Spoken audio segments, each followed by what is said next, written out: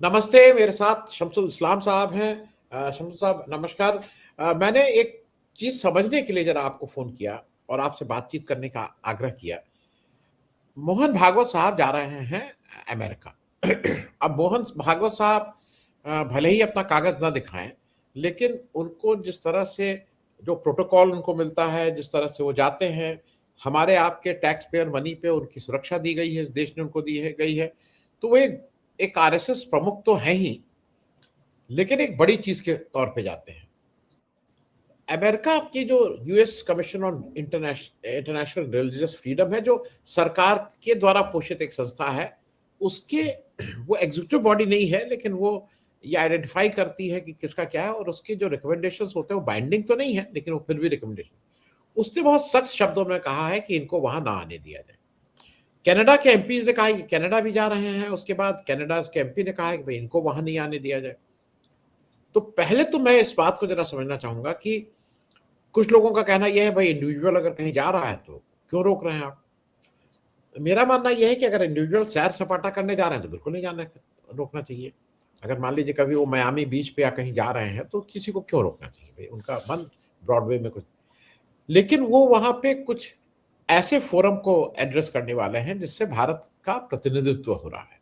भारत का not not in in terms की वो भारत सरकार का प्रतिनिधित्व, लेकिन भारत देश का हो।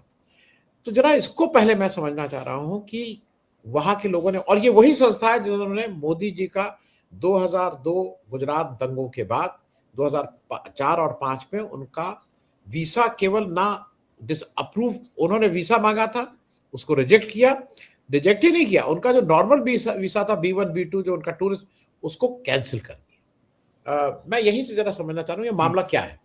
जी भाई साहब, बहुत बहुत शुक्रिया। हालांकि जब ये पहली बार 7 मई को रिपोर्ट आई थी तो आपने इस पर एक प्रोग्राम किया था मेरे साथ ही, आपको याद होगा कि हमने सबसे पहले हम लोगों ने इस पर चर्चा की थी।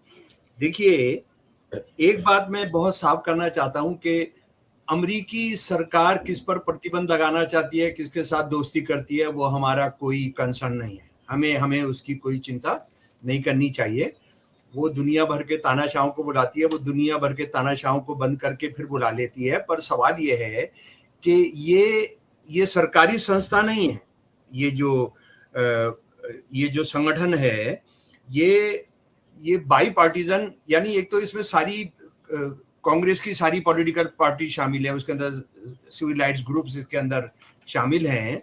और इन्होंने सिर्फ 2025 की बेसिस पर, अगर उससे मोदी के पूरे राज की करते तो शायद सत्यनारायण की कथा पूरी हो जाती, लेकिन 2025 में ही ये जो 2 पेज का जो उनका कंक्लूजन अगर आप उसको पढ़ेंगे, इतना शर्मनाक है कि उसको कि हमारे देश में ये सब हो रहा है और हम उससे नावाकिफ बने रहते हैं, तो ये बहुत दुख की बात है।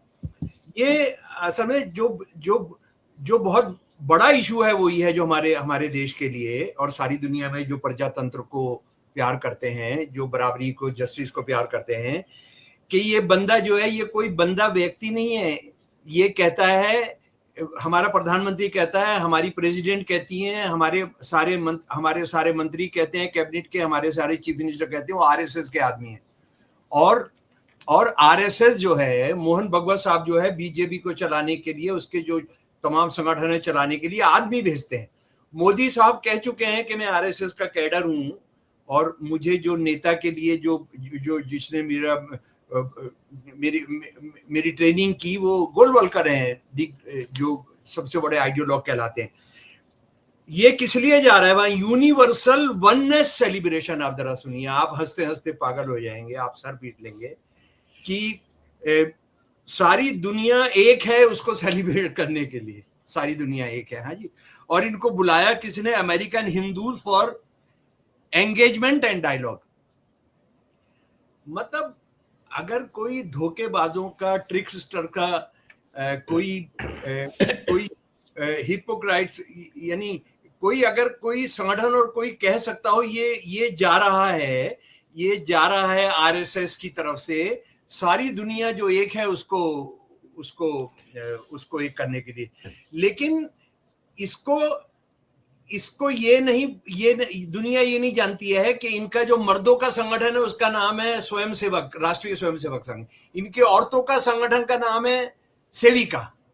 तो ये वननेस पहले आरएसएस के अंदर तो कर ले, वहां दुनिया में जाकर क्या करें। और किन के बीच में जा रहा है ये, किन के लिए करने जा रहा है? जो पिछले साल जब उन्होंने 15 अगस्त बनाया, 15 अगस्त में वो बुलडोजर्स लेकर आए जिसमें यूपी चीफ मिनिस्टर के फोटो लगाए हुए थे। यानी भारतीय दुनिया का सबसे बड़ा जो प्रजातंत्र है, जनतंत्र है, सेकुलर है, उसका सेलिब्रेट किया आरएसएस के लोगों ने न्यू जर्सी और दूसरी जगह के अंदर ये सब लेकर। और ये जो पूछे हैं सवाल इन्होंने, उसका जो हमको लगता है कि हमें उसको थोड़ा जांचना चाहिए।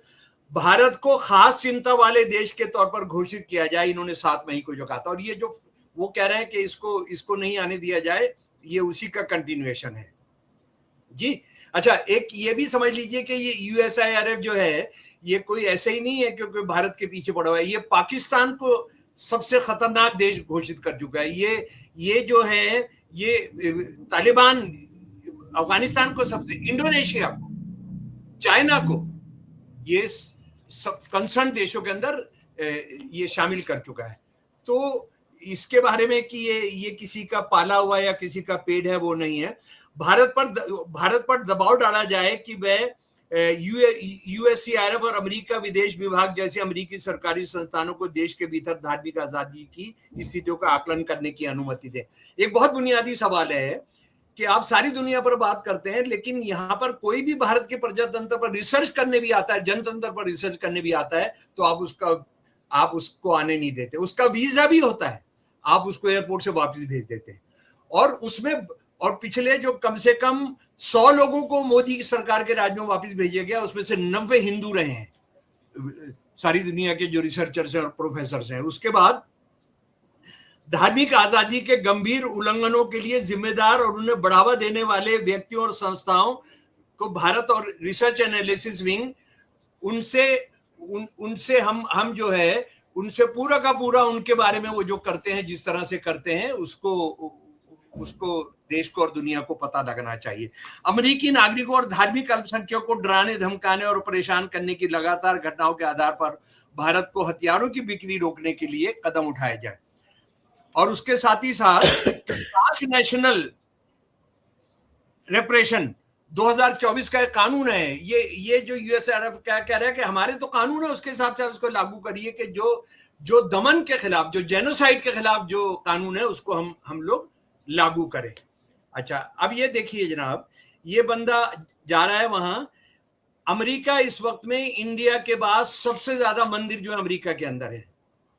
अमेरिका के अंदर दुनिया के सबसे बड़े मंदिर हैं कैलिफोर्निया में, न्यू जर्सी में। और अभी अगर आप गूगल में जाएंगे मेरे प्यारे दोस्तों, 1000 से ज्यादा हिंदू टेंपल हैं, 1000 से ज्यादा। और ये वो टेंपल नहीं है जो छोटे मोटे लोगों ने बनाए हुए अपनी वहां अपनी डेवलपमेंट कहते हैं। हमारी जो लोकेलिटी होती है, मोहल्ला होता है, उसको डेवलपमेंट कहते हैं। तो उस डेवलपमेंट में नहीं है, ये बड़े बड़े मंदिर हैं। इसका जो श्री स्वामीनारायण अक्षरधाम रॉबिनविल न्यू जर्सी के अंदर मंदिर है, वो दुनिया का सबसे बड़े मंदिरों में से एक है। यहां पर आप चर्चिस के साथ क्या कर रहे हैं? यानी या तो ये होना कि वो ये कहे, मोहन भगवत कहे कि मैं जाकर वहां सवालों का जवाब दूंगा आरएसएस के बारे में। ये समझ में आती है, बात समझ में आती है। आप जो है एक तरफ से वन वे ट्रैफिक रहेगा। क्या ये मौका देगा? क्या आरएसएस या जिन लोगों ने बुलाया है इसको, क्या वो ये मौका देंगे ये सवाल पूछने का? क्या वो ये मौका देंगे सवाल पूछने का? ग्रैहम स्टेन्स को जो जलाकर मारा था आरएसएस के एक आदमी ने, उसकी सजा क्या हुई? वो बंदा कहाँ है? क्या ये बताएंगे कि जो कंद महल के अंदर जो 2005-6 के अंदर जो कत्लेआम हुआ था, ईसाई नन्स को जो रेप किया गया था, क्या उसके बारे में सवाल पूछने देंगे? क्या ये सवाल पूछने देंगे बंच ऑफ थॉट जो इनका इनकी वो है, बाइबल है आरएसएस वालों की, एमएस गोलवलकर की, उसके अंदर चैप्टर 16 इंटरनल थ्रेट कौन है? नंबर 1 मुसलमान, नंबर 2 ईसाई, नंबर 3 कम्युनिस्ट। इसका जवाब देंगे क्या वो ये जवाब देंगे? गोलवलकर ने हिटलर का तारीफ करते हुए जो किताब लिखी थी, हिटलर का स्वागत करते हुए, जो किताब लिखी थी we are our nation define, उसमें उसने ईसाइयों और मुसलमानों को, बल्कि दुनिया के हर धर्म को कहा था कि वो जानवर हैं, हम लोग सभ्य हैं, बाकी सब मलेच हैं। जमीन का एक आदर्श टुकड़ा है, उस किताब के अंदर लिखा है, ये किताब है जनाब, हिंदी उसका, जमीन का एक आदर्श टुकड़ा है जो हर तरह से एक देश कहे जाने के योग्य है। यहां वो सब कुछ है जिसके आधार पर दुनिया उसे एक राष्ट्र कह सके। इस देश में प्रागैतिहासिक काल से ही एक प्राचीन नस्ल रहती है, हिंदू नस्ल, जो साझा परंपराओं, गौरव और विनाश की साझा स्मृतियों, ऐतिहासिक, राजनीतिक, सामाजिक, धार्मिक और दूसरे अनुभव से जुड़ी हुई है, और जिसने उन्हें समान प्रभावों से एक साझा संस्कृति, एक साझा मातृभाषा, एक साझा रीति रिवाज तथा साझा आकांक्षाएं विकसित की हैं। और उसके बाद वो ये कह रहा है कि जब सारी दुनिया में लोग चौपाए थे तो हमारे हिंदू ऋषि जो है वो सारी दुनिया पर राज कर रहे थे, और मुसलमान और ईसाइयों को वो ये कहता है कि हिंदू माँ के पेट से, इसी किताब के अंदर हिंदू माँ के पेट से हिंदू पैदा होता है, उसके संस्कार, उसके सारे साथ, और ये मुसलमान ईसाई जो है ये तो किसी के भी पेट में पैदा हो जाते हैं, यानी ये किसी चूहे, बिल्ली, कुत्ते के पेट में पैदा हो जाते हैं, और इनको बाद में इनको मुसलमान या ईसाई का कोई नाम दे दिया जाता है। इतनी घृणा करने वाला आदमी, इतनी घृणा करने वाला आदमी। और उसके बाद मैं आपको एक और चीज, मतलब मैं जल्दी जल्दी वो सारे दस्तावेज आरएसएस के जो तमाम उनका आर्काइव्स है उसको रख देता हूं। कौन आदमी वाकिफ नहीं है इस देश का, एक बहुत बड़े भारतीय सेना के पुलिस अधिकारी जोलियो रोबेरो, कौन वाकिफ नहीं है उनसे? हमारे देश का सबसे ज्यादा जिसको अवार्ड मिले, ये वो आदमी है जिसको कहा जाता है, मतलब आरएसएस वाले भी कहते हैं कि इन्होंने जो है पंजाब का खत्म कर दिया, इन्होंने पंजाब का आतंक, खालिस्तानी आतंक जो है वो खत्म कर दिया। इन्होंने बॉम्बे के अंदर जो मुसलमान जो थे, ग्रुप थे भाइयों के, वो सारे उन्होंने खत्म कर दिए। मोदी के सत्ता में आने के बाद 17 मार्च 2015 को इन्होंने इंडियन एक्सप्रेस में जो अपना साइंड आर्टिकल लिखा, उसका एक छोटा सा हिस्सा मैं पढ़कर सुना रहा हूं भाईजान। और मुझे लगता है कि अगर अमेरिका में भी कुछ दोस्त सुन रहे हैं, हालांकि मैं ये सारे दस्तावेज जो है जो आपसे बात कर रहा हूं ये अंग्रेजी में कल रिलीज करने जा रहा हूं वहां के लोगों के लिए। आज जब मैं 86वें साल में हूं जनाब, ये 17 मार्च 2015 को उन्होंने लिखा, ये जून के अंदर मोदी जी पावर में आ गए थे। आज जब मैं 86वें साल में हूं, मैं अपने ही देश में धमकाया हुआ, उपेक्षित और अजनबी बना दिया गया लगता हूं। कम से कम हिंदू राष्ट्र के झंडा बरदारों की निगाह में तो अब कतई भारतीय नहीं हूं। यह महज एक इत्तेफाक है या एक सोची समझी रणनीति का हिस्सा है कि मई 2014 में नरेंद्र मोदी की सरकार के सत्ता में आने के बाद से ही एक छोटे और शांतिप्रिय समुदाय को संयोजित हमलों का निशाना बनाया गया है। घर वापसी, क्रिसमस दिवस को सुशासन दिवस घोषित करना, दिल्ली में ईसाई पूजा स्थलों और शिक्षा संस्था पर हमले, और ये सारे देश में भी हुए, संस्था पर हमलों ने शांति प्रिय ईसाइयों को एक ऐसा एहसास से जकड़ दिया है मानो वो घेर लिए गए हों। ये भयंकर है कि ये हिंदूवादी चरमपंथी नफरत और अविश्वास के माहौल में सीना जोरी से तमाम सीमाएं लांघ गए हैं। ईसाई आबादी जो देश की कुल जनसंख्या की मात्र 2% है, पर लगातार गहरे आघात किए जा रहे हैं। अगर ये चरमपंथी बाद में मुसलमानों को निशाना बनाएंगे तो उनका असली उद्देश्य भी है, तो इसके जो परिणाम होंगे उसके बारे में सोचकर इस लेखक के रोंगटे खड़े हो जाते हैं।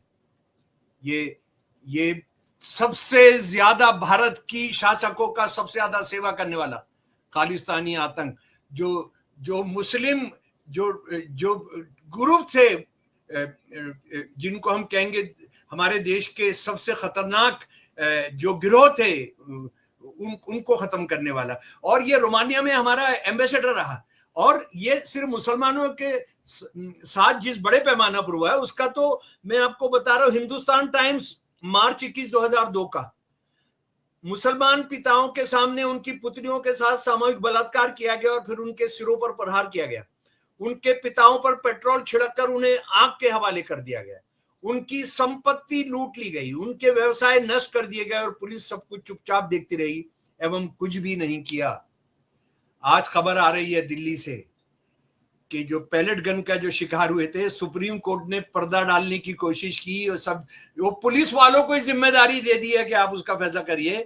तो राहुल गांधी ने एक पहल की है कि आप एक एफआईआर तो कर लो, यानी पैलेट गन्स की एफआईआर ही नहीं हुई है। तो आप जो है, आप मुसलमान छोड़िए, ईसाई छोड़िए, हिंदुओं के साथ आप जो कर रहे हैं, आप जो शिक्षा 90,000 स्कूल बंद किए हैं आपने भारत जो है हिंदू औरतों के रेप का कैपिटल बन गया है।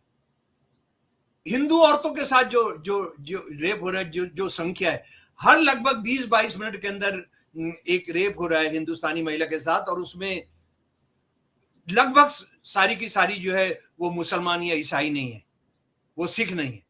तो ये सवाल पूछने देंगे क्या वहां? क्या ये कहेंगे कि हाँ भाई आकर बात कर लीजिए? मैं इन सवालों का जवाब देने आया हूं। इंडिया में तो मोदी जवाब देने नहीं दे रहे हैं। मोदी ने सब चीज पर शिकंजा लगा दिया है, ताला मुंह पर लगा दिया है। तो मैं अमेरिका में आकर, कनाडा में आकर, इंग्लैंड में आकर, वो इंग्लैंड भी जाने वाला है, इंग्लैंड में आकर मैं जो है वो इसका जवाब दूंगा। अगर ये है तो बहुत बढ़िया बात करने जा रहे हैं। लेकिन अगर उन्होंने सिर्फ एक प्रवचन देना है, जैसे मोदी जी प्रवचन देते हैं, अगर उसने प्रवचन देना है तो, और ये वो बंदा है जो मणिपुर नहीं जा पाया है, ये जो बंदा है मणिपुर नहीं जा पाया, जहां पर लगातार चल रहा है, जिसने रेप की जो घटनाएं जिस तरह से घटी हैं वो इतनी शर्मनाक है कि भारत का पूरा कलंक हमारे देश पर इन्होंने लगाया है। तो ये किस लिए जा रहा है? ये सवाल बहुत बुनियादी सवाल है आनंद भाई। मैं एक और चीज शंभू साहब इसलिए पूछ लूं कि कल मैं कहीं एक जगह एक पे बात हो रही थी, मैं थोड़ा एक बेसिक चीज आपसे पूछ लूं और उसको फिर से दर्शकों को कर दूं, क्योंकि दर्शक आते रहते हो। Is RSS a legal entity? Number एक, इसको बता, is RSS a legal entity? और अगर लीगल एंटिटी नहीं है तो आरएसएस है क्या? मतलब वो जो भाई वहां प्रियंक खड़गे तो बार बार पूछ रहे हैं कि कागज दिखाओ, कागज दिखाओ, कागज दिखा नहीं रहे। व्हाट आरएसएस, ये लीगल एंटिटी है कि नहीं, और अगर नहीं है तो क्या है? भाई साहब, ये इतना बड़ा धोखा है, जैसे वंदे मातरम को एक धोखा, एक पूरे देश को धोखा देकर उसको रोटी रोजी, किसी बात पर कोई सवाल नहीं हो, किसी पर नहीं हो, तो कोई ना कोई आप रोज मदारी के थैले में से आप कुछ निकाल देंगे। मैं आपको बता रहा हूं कि supreme court, high court, Karnataka की हाई कोर्ट, देश की हाई कोर्ट ने तो सबसे पहले इसका अपने आप सो मोटो संज्ञान ले लेना चाहिए था। सुप्रीम कोर्ट ने संज्ञान ले लेना चाहिए था कि जनाब ये जो है आपका पेपर नहीं है, और आप दुनिया की रेलवे के बाद सबसे ज्यादा जमीनों के आप मालिक हैं।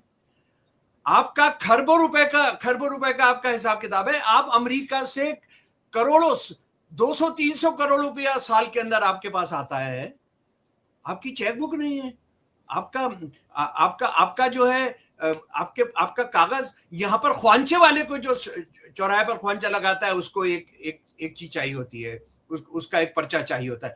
हमसे आप सारे, हमारे पास 25 डॉक्यूमेंट के बाद हमसे आप मांग रहे हैं कि तुम्हारा जो है, तुम्हारा नागरिकता का तुम 18वां 20वां कागज लेकर आओ।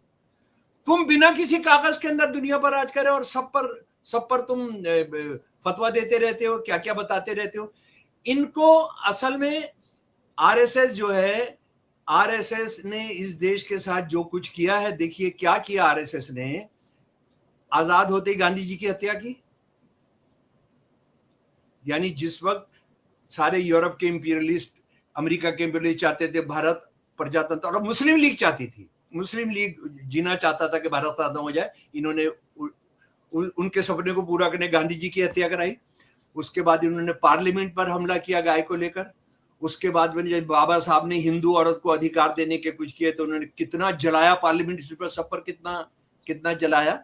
और उसके बाद मुसलमानों को लगातार करके इन्होंने पूरे देश की जो स्थिरता है, जो पीस है, पीस को खत्म करके। अब आप देखिए ये जो वंदे मातरम पर जो भाषण आ रहे हैं कि ये मुसलमानों को अपीस करने के लिए वो पूरा नहीं गाया जा। अरे कितने मुसलमान वंदे मातरम का नारा लगाते हुए शहीद हुए। इस पर तो सबसे पहले देश में जो एकदम आग आग बबूला हो गया पूरा देश था, वो एम.ए. रसूल 12 साल के अंदर जब वो किसान सभा, ये बाद में सीपीएम के बड़े लीडर बने, किसान सभा जब वो ये वंदे मातरम का नारा लगा रहे थे, उनको जो मारा गया बस वो जिंदा बच गए थे। उसके बाद ये पंजाब बंगाल के पार्टीशन के साथ ये सारे देश के अंदर हुआ। और दूसरी बात ये है कि आपने कभी गाया, आपके पास कोई है सबूत?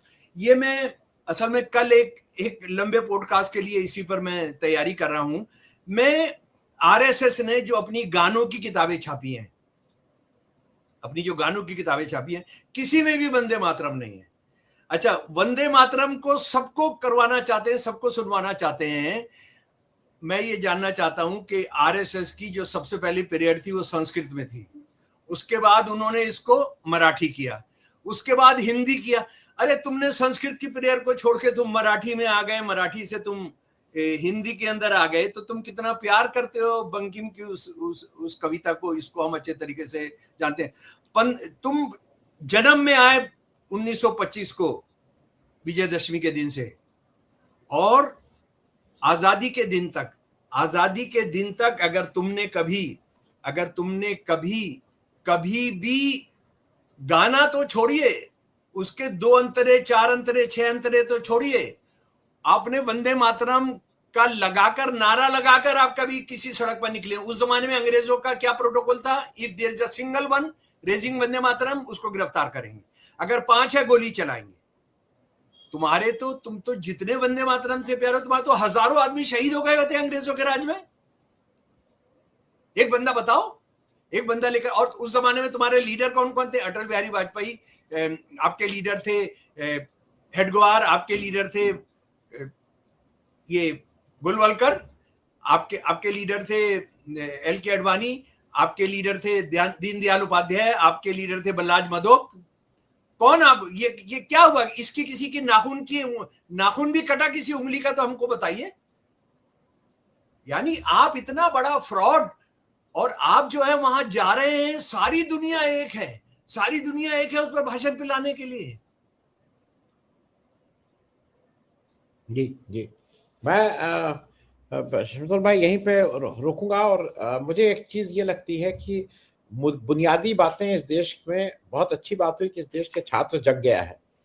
वो इस देश का 76 करोड़ 29 साल से कम उम्र के बच्चे जग गए हैं, और उनको इस वंदे मातरम, उनको हिंदू मुस्लिम, उनको इंडिया पाकिस्तान, उनको इससे कोई मतलब नहीं है।